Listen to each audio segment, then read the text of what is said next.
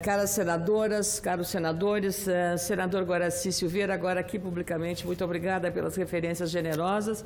Fico honradíssima com a comparação de um tribuno que honrou muito a tradição política do meu estado, o senador de saudosa memória, Paulo Brossard de Souza Pinto, que foi ministro da Justiça, ministro da Suprema Corte do país e uma das pessoas mais respeitadas do nosso país. Um grande e profundo conhecedor das agruras do pecuarista brasileiro que ele era, natural de Bagé, sua terra tão querida. Então, fico muito honrada com essa referência e essa lembrança. Nossos telespectadores da TV Senado, ouvintes da Rádio Senado, prelado que aqui está homenageado pelo senador Guaraci Silveira, senadora Lídice da Mata, aqui nessa sessão.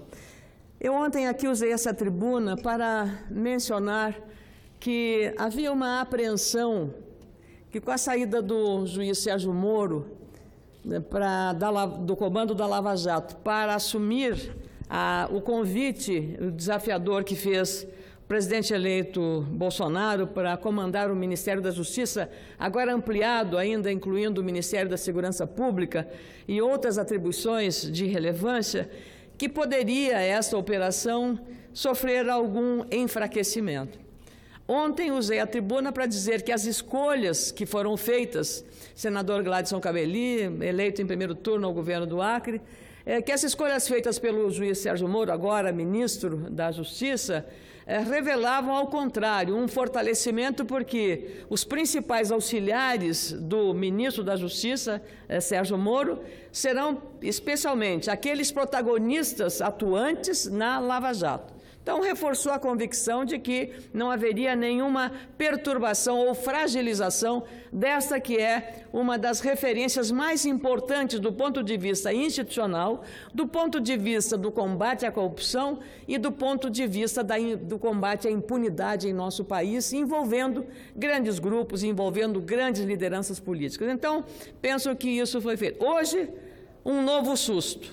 Agora, protagonizado por uma decisão da primeira turma da Suprema Corte do país, que é integrada pelos ministros Luiz Roberto Barroso, Rosa Weber, Luiz Fux e Alexandre de Moraes, e ainda o relator ministro Marco Aurélio Mello.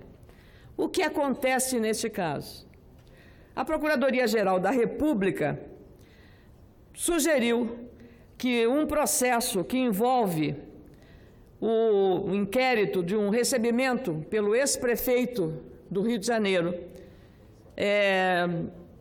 Eduardo Paes, de uma doação para a campanha eleitoral em 2012 de 15 milhões feitas pela Odebrecht na prefeitura da capital fluminense, e também envolvendo o deputado federal Pedro Paulo Carvalho Teixeira, ambos do mesmo partido, seja este inquérito, este processo desmembrado entre Justiça Federal e Justiça Eleitoral. O que fez esta primeira turma? Contrariando a manifestação do relator, ministro Marco Aurélio Mello, levar esta sugestão da PGR ao plenário da Suprema Corte. A decisão foi tomada ontem. E o Portal J, que dá esta informação, alerta que os 4 ministros, Barroso, Rosa Weber, Fux e Alexandre de Moraes, votaram a favor de ir para o plenário, contrariando a posição do relator, ministro Marco Aurélio Mello. Eu queria chamar a atenção que isso, no plenário, precisa ser muito bem examinado pelos senhores ministros da nossa Suprema Corte, que têm sido, nesses últimos tempos, alvos de um protagonismo e de uma, eu diria, judicialização da política muito forte e muito acentuado, ao ponto de que o próprio ministro-presidente, Dias Toffoli, ter agora recomendado uma conveniência harmônica, uma convivência harmônica, uma junção entre os poderes, as lideranças dos poderes, para uma pacificação e um encontro de convergências dos poderes nesse novo momento que a vida nacional está enfrentando. Extremamente saudável. E o próprio ministro Dias Toffoli reconhece o excessivo protagonismo do Poder Judiciário no sistema político brasileiro. Mas, claro, e esse espaço pela justiça no sistema político só acontece pela nossa ausência, senadora, pelas nossas falhas, pela nossa omissão.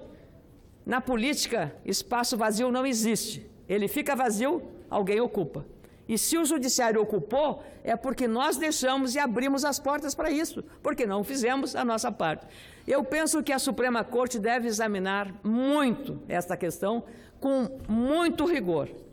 O risco de nós cairmos no outro extremo, aí sim, de fragilizar a Lava Jato, é exatamente transferir os crimes de corrupção e Caixa 2 para a questão, ou lavagem de dinheiro, para a justiça eleitoral, tirando da justiça comum.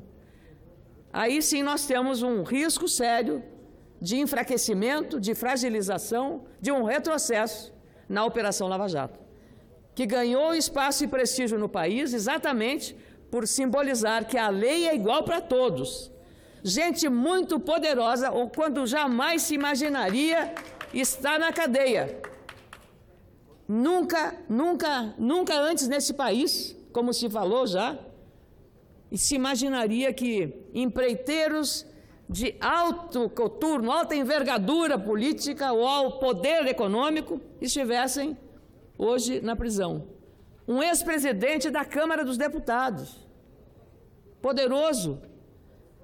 E isso significou o quê? Resultado de uma compreensão e de uma interpretação que mostrou que no Brasil, enfim, não são só os pobres, os negros, que vão para a cadeia, ladrões de galinha, mas também aqueles poderosos, sejam políticos ou grandes empreiteiros.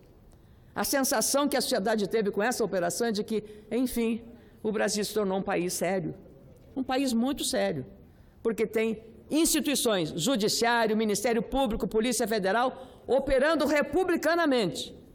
Pode haver aqui ou lá algum desvio, isso é natural, onde estão envolvidas as pessoas, os seres humanos.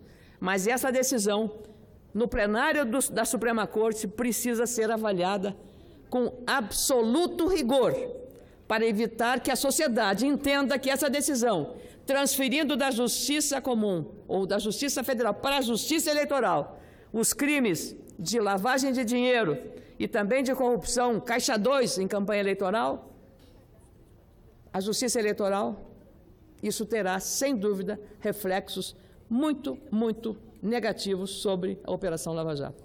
Não há nenhuma dúvida a respeito dessa matéria. Então, eu gostaria de chamar a atenção aqui. Tenho certeza que os ministros da Suprema Corte entenderão aqui o que a sociedade espera da nossa Corte Suprema de Justiça. É uma responsabilidade que o plenário do Supremo tem nessa matéria tão delicada, neste momento que o Brasil está vivendo. Muito obrigada, senhora presidente.